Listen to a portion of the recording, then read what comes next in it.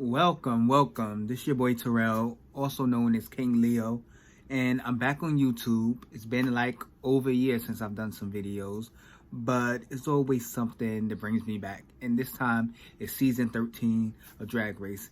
And what I want to do is I want to do videos covering the looks, give my opinion on it. You know, I'm not a fashion person, don't really have good fashion sense, but one thing I can do is I can judge pretty good. So you're going to get my raw opinions on everything. I try not to be too mean, not to be too shady. And we're going to call this whole episode, this whole series, the VIP Fashion Lounge. And basically, if I like your look, you're going to gain access to the lounge. If I don't, you'll be kindly escorted out. Or maybe not so kindly. So we'll see. We'll see how everything goes.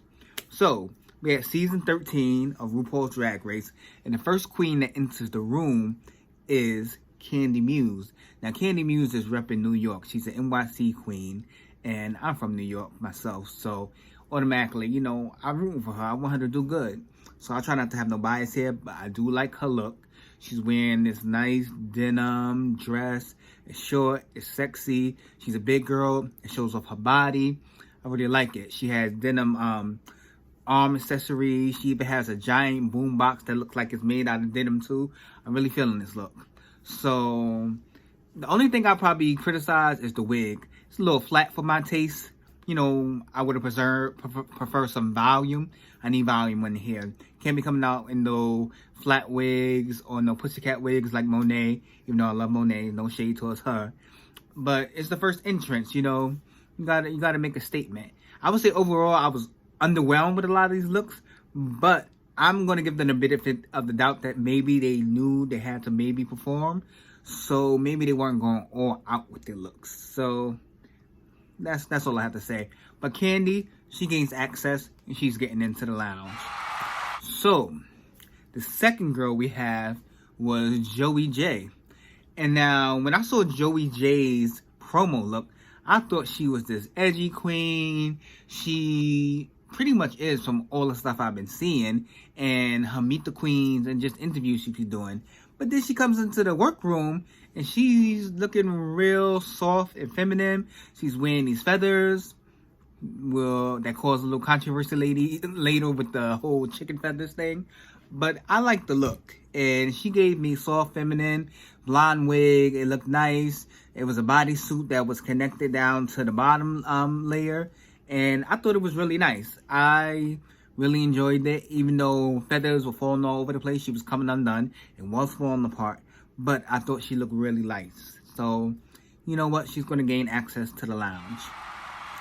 Next, we have from Chicago, but born in Alaska. She's a first Alaskan queen, Denali Fox. Or just going by Denali on the show. Now, Denali, I really liked her look. She's given white, angelic feathers, long, blonde, platinum blonde ponytail. She's a skater. She comes in ice skates. And it's just a really good look to me. I think it's pulled together really nice. Only thing I would say, makeup could have been a little better. I didn't notice this, the other people said.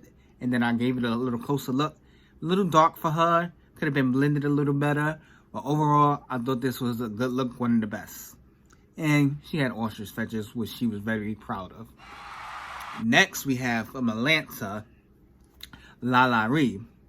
Now, one of my friends, I'm giving you a shout out, Gilbert Blaze, who actually I did this video with earlier, but we didn't know what the hell we was doing, and we recorded a whole video with no sound. So unfortunately, now I have to do the video solo. But he did a little research and saw that Lala Ree's video entrance look was actually inspired maybe by Beyonce. She had a similar look on the On the Run tour. But I will say, Beyonce's look really nice, really expensive. I like the concept that Lala Ree was going for. It just looked a little cheap and poorly executed. It didn't fit right. It just looked very crafty. But I feel like if it was done better, it would have been a good look. But it wasn't my favorite. So for that, I'm going to have to escort her out the line. She's not coming to the lounge. Sorry. Security, get her out. Bye. Next, we have Simone. And Simone is from Arkansas, but now living in the big city of LA. She's making a name for herself. She's being touted as one of the fashion queens this season. You know, I'll be the judge of that. But she comes in a look. Also, I got to shout out my boy Gilbert Blaze. He found that this look that she had with the Polaroid pictures all over herself actually was a look that was done by Giselle, you know, supermodel, Giselle Bundchen. And I really like this look. You know, she's a very slim, slender queen, no padding. Maybe would have preferred some breasts on her. I don't need whole body. I like when these slim girls just come out, they're showing their natural frame. She was greased up. She was not going to show us any ash. Those legs were long for days, and they were greasy and shining on that runway. And I really liked it. And I could have used some volume with her hair too, but I'm going to give her the benefit of the doubt. I think she's going to bring some looks this season. So Simone, she's going to gain access to the lounge. We'll let her in. Next, we have Atlanta Queen, Tamisha Iman. And now Tamisha is a very seasoned queen. She's been doing drag for over 30 years. I wonder how old she is because she still looks pretty young and looks good. And she's giving me a good look. I really like it. It's very on brand for her. You can tell she's a pageant queen. So it's very polished. It's very tailored. It's very put together. So I really like it. It looks like a very simple look, but then she's giving you drama with the shoulder pads. So I like that. And you know what? I'm going to let her into the lounge. You know, the lounge is getting pretty packed. So we're going to need someone to look over these girls. And she could be the mother of the lounge.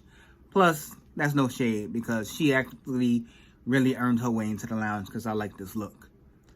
Now, next we have another NYC queen who seems very confident, as they always seem to do, Rose. Now, Rose is in the same singing group, Stephanie Child, as Jan from season 12, who was my favorite last season. So, you know, I'm going to root for her. I'm just hoping her attitude doesn't turn me off. Seems a little too confident. But this look she's giving me, she's giving all pink. Pink hair, pink bodysuit, pink jacket. And I like it. The hair, I asked for volume. She gave me volume. Very high, very big. It reminded me a little of Ariel Versace from season 11, I'll say. Which I was a fan of hers too. So, you know, it's a bodysuit, but I like it. It looks good on her. She's a performer. It looks like she's performing. So, you know what? She could be in entertainment in the lounge. I'm going to let her in. She gets access to the lounge. So, come on in, Rose. Next, we have another NYC queen, also from Jersey, though. And she's only been doing drag for like a year and a half. And this is Olivia Lux. Now, Olivia Lux, didn't know too much of her. Once I saw that she was an NYC queen, I started following her online. I was like, she's a very pretty queen. She's going to give looks. I was expecting a lot from her. Then she came into the workroom and I saw this look. And I was very disappointed. It's this pink and yellow starburst combination. I'm not too mad at the colors. I'm just mad about the fit. It does not fit right on her. It is not flattering. She has curves, but the dress is not accentuating her curves. It's making her look frumpy. And that's very unfortunate because I feel like she could do much better. You see later on the runway, she takes it off. And it's actually two pieces, and then she has a bodysuit underneath. And that looked nice. But I felt like she sacrificed the look to have a cover-up for a reveal, and it ended up making the overall look frumpy. So, with a heavy heart, I can't let Olivia into the lounge. She may be too young to get in anyway, so she shouldn't be too mad. But maybe next time you'll get in. Now, next, we have one of the most followed queens from the season, and that is Got Mick. And Mick is the first trans contestant, openly trans contestant on the show. She's a trans male, born a female, transitioned to a male, and she's doing drag. And I would say this look, it's a bodysuit. She tried to make it extra special, added some ruffles to it. You know, it's a lot of volume to it, and she has a small frame. So it could be a little overpowering, but I like that she gave something different. I like the black shoes with the black hair and the white face. I like the nice contrast to having all color in the middle. So I'm going to let her into the lounge. And let's see. She might not make it there every week, but I'll let her in this week. Next we have Utica Queen. Now, Utica Queen, I wasn't sure if I was going to like her. From the Meet the Queens and the promo looks and everything. I'm like, this kind of messy. But I think her personality has won me over.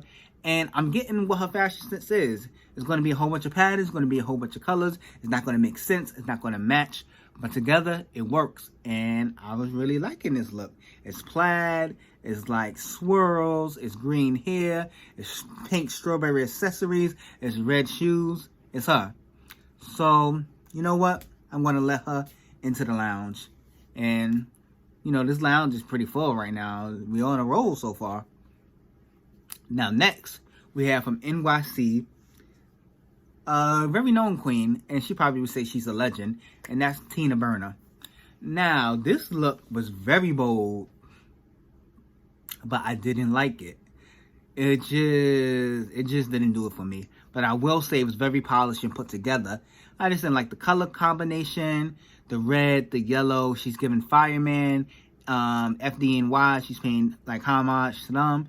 And looking at the outfit, I start to see details. I see the hat, it's like a helmet. I see the belt, it's like a fire hose. She has a purse that's like a shield. So I appreciate all the attention to details. And it's just, I don't like it. It just looks a little tacky for me. So because of that, you can't have no tackiness in the lounge. Security, come get her. Escort her out, please, immediately. Now, next we have from Chicago, from the House of Hall, Kamora Hall. And do not call her Kamora. It is Kamora Hall. Same family as Jada Essence Hall, our winner from season 12. Let's see if she has the same amount of talent. Now, she's a fashion queen. She's about labels. She's wearing Bob Mackie in this entrance look. She's giving feminine. She's giving fish. She has ruffles and feathers. And it's a nice look. It's just not drag to me. And because of that, she's not getting into the lounge. She doesn't look bad.